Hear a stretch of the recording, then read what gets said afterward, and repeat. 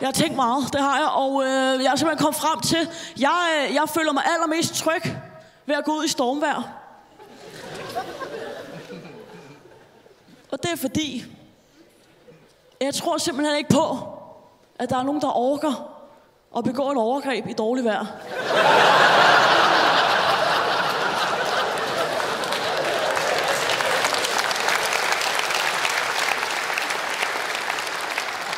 Jamen altså, skulle stå der med iskolde fingre og fifle med bæltet.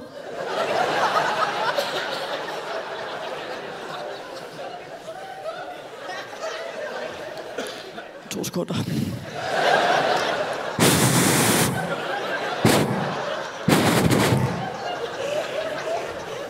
Ja, det er sgu for besværligt. Der må have været en på et eller andet tidspunkt, der lige kiggede ud i regnvejret og tænkte, ej, ikke i dag. Ej, det er lidt en udendørs aktivitet, ikke? Ej, et overgreb, det skal begås i godt vejr. Det er lidt svært at lave, den her. Men det er også fordi, jeg fumler ret tit med ordene, så jeg skal ret tit til at sige overbegreb.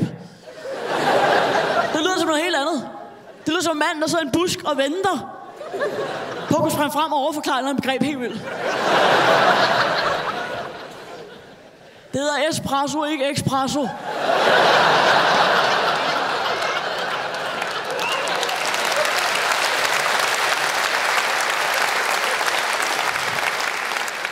Hjælp, hjælp, det er et overbegreb.